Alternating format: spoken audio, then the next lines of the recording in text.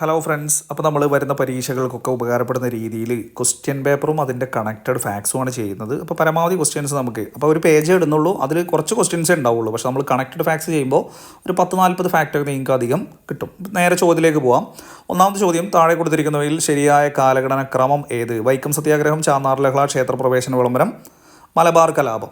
നമുക്കതിൽ നോക്കിയാൽ തന്നെ അറിയാൻ പറ്റും ചാന്നാർ ലഹളയാണ് ഏറ്റവും ആദ്യം വരുന്നത്. അപ്പോൾ 2 എന്നുള്ള ഓപ്ഷൻ വരുന്ന എത്ര ഉണ്ട് നോക്കിയാൽ ബിയും ഡിയും. പിന്നെ രണ്ടാമത്തെ ഓപ്ഷൻ നമുക്ക് മലബാർ കലാപമാണ് പിന്നെ വരുന്നത്. അപ്പോൾ ചാന്നാർ ലഹള 1859 അവസാനിക്കുന്നത്. പിന്നെ മലബാർ കലാപം 1921. പിന്നെ വരുന്നത് 1924 വൈക്കം സത്യാഗ്രഹം, പിന്നെ ക്ഷേത്രപ്രവേശന വിളംബരം. അപ്പോൾ ആ ഒരു ഓർഡറിൽ നോക്കുമ്പോൾ ആദ്യത്തെ 2 കിട്ടിക്കഴിയുമ്പോൾ തന്നെ നമുക്ക് ഉത്തരത്തിലേക്ക് എത്താൻ പറ്റുന്നത് ഓപ്ഷൻ ബി ആണ് അവിടെ കറക്റ്റ് ആൻസർ വരുന്നത്. ഇനി നമുക്ക് അഡീഷണൽ ഫാക്റ്റ് നോക്കുമ്പോൾ വൈക്കം സത്യാഗ്രഹത്തിൻ്റെ ഏറ്റവും ബേസിക് ആയിട്ടുള്ള കാര്യങ്ങൾ നിങ്ങൾക്ക് അറിയുന്നതാണ്. കോട്ടയം ജില്ലയിലാണ്, വൈക്കം വേമ്പനാട് കായലിൻ്റെ തീരത്താണ് സ്ഥിതി ചെയ്യുന്നത്. TK മാധവനാണ് നേതൃത്വം കൊടുത്തത്. ഇനി നിങ്ങൾക്ക് അവിടെ 3 പ്രധാനപ്പെട്ട ഡേറ്റുകളാണ് വൈക്കം സത്യാഗ്രഹവുമായി പഠിക്കാനുള്ളത്. ഒന്ന്, ആ 3 ഡേറ്റുകൾ എന്നുള്ളത് ഒന്ന് കുറിച്ചിട്ട് കഴിഞ്ഞാൽ 3. ഇനി എന്ത് ചെയ്യുക, 0 മുതൽ 3 വരെ ക്രമത്തിൽ ഇങ്ങോട്ട് നോക്കിയാൽ മതി. 0 ഇവിടെ ചേർത്തു. അപ്പോൾ നമുക്ക് 30-ാം തീയതിയാണ് 1924 മാർച്ച് 30-നാണ് എന്ത് ചെയ്യുന്നത്, വൈക്കം സത്യാഗ്രഹം തുടങ്ങുന്നത്. അപ്പോൾ ഈ മാർച്ച് 30 എന്നുള്ളത് നിർബന്ധമായിട്ട് ഓർത്തിരിക്കണം. രണ്ടാമത് സവർണ ജാഥയുടെ ഡേറ്റാണ്. മന്നത്ത് പത്മനാഭൻ്റെ നേതൃത്വത്തിൽ സവർണ ജാഥ, ആ നിവേദനം സമർപ്പിക്കുന്നത് സേതുലക്ഷ്മി ബായിക്ക് സമർപ്പിക്കുന്നത് ഈ 0 കഴിഞ്ഞാൽ പിന്നെ അടുത്ത സംഖ്യ 1 അല്ലേ. ആ 1 എന്നുള്ളത് നവംബർ 1-നാണ് സവർണ ജാഥ മന്നത്ത് പത്മനാഭൻ്റെ നേതൃത്വത്തിൽ സംഘടിപ്പിച്ചത്. വർഷം ഏതന്നെ 24 തന്നെ. ശേഷം അടുത്ത 2 സംഖ്യകൾ 2, 3. 1 കഴിഞ്ഞാൽ പിന്നെ 2, 3 അല്ലേ. ഈ 2, 3 എന്താ, വൈക്കം സത്യാഗ്രഹം അവസാനിക്കുന്ന ഡേറ്റ് നവംബർ 23. വർഷം അടുത്ത വർഷമാണ് 1925. സോ 3 ഡേറ്റുകൾ പറഞ്ഞത് 1924 മാർച്ച് 30 തുടങ്ങി, നവംബർ 1 സവർണ ജാഥ, ഏറ്റവും അവസാനിക്കുന്നത് 1925 നവംബർ 23 വൈക്കം സത്യാഗ്രഹം അവസാനിച്ചു. സോ അടുത്തെന്ന് പറയുന്നത് ചാന്നാർ ലഹള. ചാന്നാർ ലഹളയുമായി ബന്ധപ്പെട്ട് 3-4 കാര്യങ്ങൾ നമുക്കവിടെ നോക്കാം. ഒന്ന്, നാടാർ സമുദായക്കാരാണ് ഈ ചാന്നാർ ലഹള മേൽമുണ്ട് ധരിക്കാനുള്ള അവകാശത്തിന് വേണ്ടിയിട്ട് സമരം നടത്തിയത്. മേൽമുണ്ട് സമരം, മാറുമറക്കൽ സമരം എന്നൊക്കെ അറിയപ്പെടുന്നുണ്ട്.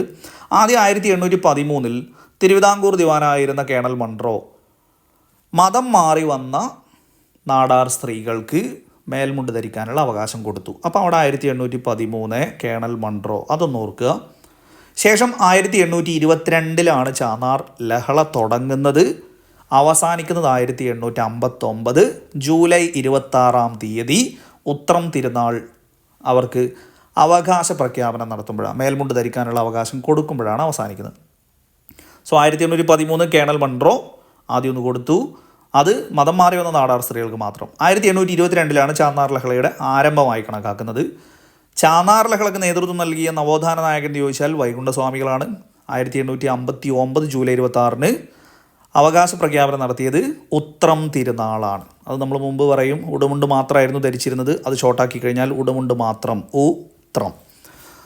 ഇത്രയും കാര്യങ്ങൾ ചാന്നാർ ലഹളയുമായിട്ട് ഓർക്കുക. ക്ഷേത്രപ്രവേശന വിളംബരവുമായിട്ട് നമുക്കറിയാവുന്നത് 1936 നവംബർ 12 ആ ഡേറ്റ് എന്തായാലും നമുക്ക് അറിയുന്നതാണ്, ബേസിക് ആയിട്ടുള്ള കാര്യമാണ്. ശ്രീ ചിത്തിര തിരുനാളാണ് വിളംബരം നടത്തിയത്. പിന്നെ അവിടെ ഓർത്തിരിക്കാനുള്ളത് മലയാള വർഷം കൂടെ അവിടെ എന്ത് ചെയ്യുക, ഈ നവംബർ 12 എന്നുള്ളത് നിങ്ങളങ്ങോട്ട് ചേർത്ത് എഴുതി കഴിഞ്ഞാൽ നിങ്ങൾക്ക് പെട്ടെന്ന് കിട്ടും. 11-ാം മാസം 12-ാം തീയതി 1112. നമ്മൾ മലയാള വർഷം കൊല്ലവർഷം 1112, തുലാം 27 എന്നുള്ളതും കൂടെ ഓർത്തിരിക്കണം അവിടെ. അപ്പോൾ 1112 എന്നുള്ള ഒരു വർഷമെങ്കിലും മിനിമം അവിടെ ഓർക്കണം. അടുത്തെന്ന് പറയുന്നത് മലബാർ കലാപമാണ്. മലബാർ കലാപം നമുക്കറിയാം 1921 മലബാർ കലാപം. അതിൻ്റെ കൂടെയുള്ള 2 കാര്യങ്ങളാണ്.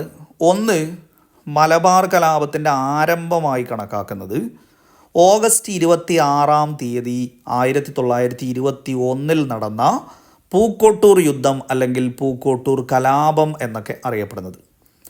സോ ഓഗസ്റ്റ് 26 1921 പൂക്കോട്ടൂർ യുദ്ധം അല്ലെങ്കിൽ പൂക്കോട്ടൂർ കലാപം മലബാർ കലാപത്തിൻ്റെ തുടക്കമായി കണക്കാക്കുന്നു. രണ്ടാമത്തെ കാര്യം വാഗൺ ട്രാജഡി നവംബർ 10 1921. അപ്പോൾ ആ 2 ഡേറ്റുകൾ അവിടെ ഓർക്കണം. ഓഗസ്റ്റ് 26 1921 പൂക്കോട്ടൂർ യുദ്ധം, വാഗൺ ട്രാജഡി നവംബർ 10 1921. സോ ഒന്നാമത്തെ ക്വസ്റ്റ്യനിൽ തന്നെ നമുക്ക് ഒരു 10-15 ഫാക്ട് നമ്മൾ അഡീഷണലായിട്ട് എന്ത് ചെയ്തു അവിടെ പറഞ്ഞു. രണ്ടാമത്തെ ക്വസ്റ്റ്യൻ, താഴെ കൊടുത്തിരിക്കുന്ന പ്രസ്താവനകൾ പരിശോധിച്ച് ശരിയായവ കണ്ടെത്തുക. പ്രവർത്തിക്കുക അല്ലെങ്കിൽ മരിക്കുക എന്നത് ക്വിറ്റ് ഇന്ത്യ സമരത്തിലെ മുദ്രാവാക്യമാണ്. ജാലിയൻ വാലാബാഗ് ദുരന്തം നടന്നത് 1921 ഏപ്രിൽ 13 1948 ജനുവരി 20 ഗാന്ധിജിയുടെ നേരെ ഒരു വധശ്രമം നടന്നു. രണ്ടാം വട്ടമേശ സമ്മേളനം 1931 സെപ്റ്റംബറിൽ ലണ്ടനിൽ വെച്ച് നടന്നു. അപ്പോൾ ഇതിൽ നമ്മളോട് ചോദിച്ചിട്ടുള്ളത് ശരിയായവ എന്നുള്ളതാണ്. പ്രവർത്തിക്കുക അല്ലെങ്കിൽ മരിക്കുക ക്വിറ്റ് ഇന്ത്യ സമരത്തിൽ അത് ശരിയാണ്. ജാലിയൻ വാലാബാഗിൻ്റെ വർഷം തെറ്റിയിട്ടാണ് കൊടുത്തിട്ടുള്ളത്. അത് 1919 ഏപ്രിൽ 13. അപ്പോൾ രണ്ടാമത്തെ തെറ്റാണ്.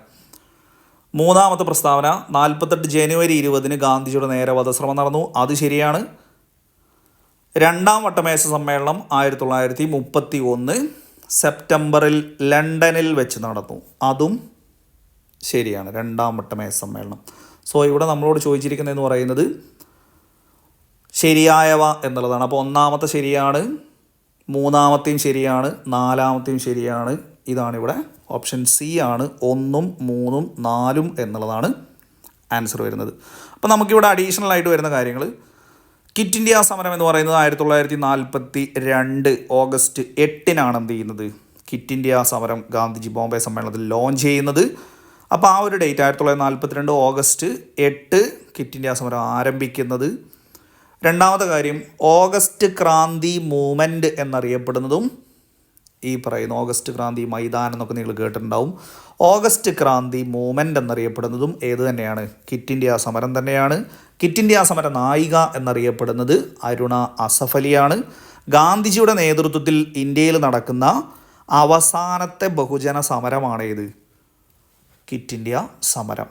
ഗാന്ധിജിയുടെ നേതൃത്വത്തിൽ ആദ്യം നടക്കുന്ന ബഹുജന സമരം നിസ്സഹകരണ സമരമാണ്. അതായത് ഇന്ത്യൻ നാഷണൽ കോൺഗ്രസിൻ്റെ നേതൃത്വത്തിൽ, ഗാന്ധിജി ഇന്ത്യൻ നാഷണൽ കോൺഗ്രസിൻ്റെ നേതൃത്വത്തിൽ നടത്തുന്ന ആദ്യത്തെ ബഹുജന സമരം നിസ്സഹകരണ സമരം, അവസാനത്തേത് ക്വിറ്റ് ഇന്ത്യ സമരം.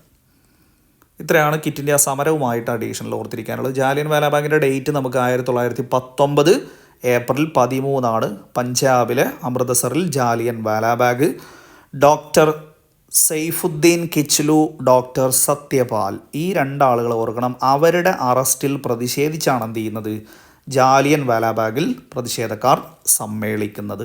ജനറൽ ഡയറിൻ്റെ നേതൃത്വത്തിലാണ് വെടിവെപ്പ് നടന്നത്. So Punjab, Amritsar, Jallian Walabagh 1919 April 13 general ഡയറിൻ്റെ നേതൃത്വത്തിൽ വെടിവെപ്പ്.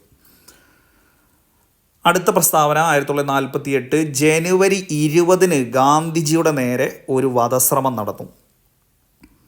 ഗാന്ധിജിക്ക് നേരെ നടക്കുന്ന ആദ്യത്തെ വധശ്രമം, ടോട്ടൽ 6ാമത്തേലാണ് ആര് കൊല്ലപ്പെടുന്നത്, ഗാന്ധിജി കൊല്ലപ്പെടുന്നത്. അപ്പോൾ നമ്മൾ നോർമലി ആകെ കേട്ടിട്ടുണ്ടാവുക എന്ന് പറയുന്നത് ഈ 48 ജനുവരി 30 എന്ന് പറയുന്ന ആ ഗോഡ്സെയുടെ വെടിയേറ്റ് കൊല്ലപ്പെട്ടു എന്നുള്ളതാണ് നമ്മൾ എന്ത് ചെയ്യുന്നത്, നമുക്ക് ആകെ അറിയുന്നത്. 1934 ആദ്യത്തെ വധശ്രമം നടന്നു. അതിനുശേഷം 44 രണ്ടാമത്തെയും മൂന്നാമത്തെയും വധശ്രമം ആരാൽ തന്നെ നടന്നു, ഗോഡ്സെയാൽ തന്നെ നടന്നു. ഗോഡ്സെയുടെ 3ാമത്തെ വധശ്രമത്തിലാണ് ഗാന്ധിജി കൊല്ലപ്പെടുന്നത്. അപ്പോൾ 34 ആദ്യത്തെ ഗാന്ധിജിക്കെതിരെയുള്ള വധശ്രമം, അത് ഗോഡ്സെ അല്ല. 44 2 വധശ്രമങ്ങൾ, അത് രണ്ടും ഗോഡ്സെ ഉൾപ്പെട്ടത്. പിന്നെ 46 നടക്കുന്നു. 48 ജനുവരി 20 5ാമത്തെ നടക്കുന്നു. 6ാമത്തേലാണ് എന്ത് ചെയ്യുന്നത്, കൊല്ലപ്പെടുന്നത്. സോ ഒന്നാമത്തേത് 34, 44 2 46 1, 48 ജനുവരി 20 ഇവിടെ ചോദിച്ചത്. അപ്പോൾ നിങ്ങൾക്ക് സംശയം ഉണ്ടാവും ഇതൊക്കെ എവിടെ നിന്നാണ് ഇതിൻ്റെയൊക്കെ സോഴ്സ് എന്നുള്ളത്. നമ്മൾ +2 ഹിസ്റ്ററി ഉണ്ട്. +2 ഹിസ്റ്ററി ടെക്സ്റ്റിൽ 12ാമത്തെ ചാപ്റ്റർ ഗാന്ധിജിയും സ്വാതന്ത്ര്യ സമരവും എന്ന് പറയുന്നൊരു ചാപ്റ്റർ, ആ ചാപ്റ്ററിലാണ് ഈ പ്രസ്താവനയൊക്കെ എന്ത് ചെയ്തിട്ടുള്ളത്, വലിച്ചിട്ടുള്ളത്.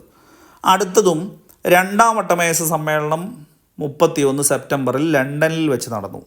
വട്ടമേശ സമ്മേളനങ്ങളിൽ 1ാമത്തേതും 3ാമത്തേതും നവംബറിലാണ് ആരംഭിക്കുന്നത്. ഇത് മാത്രം ഗാന്ധിജി പങ്കെടുത്തത് ഏതിലാ? സെക്കൻഡിലാണ് ഗാന്ധിജി പങ്കെടുത്തത്.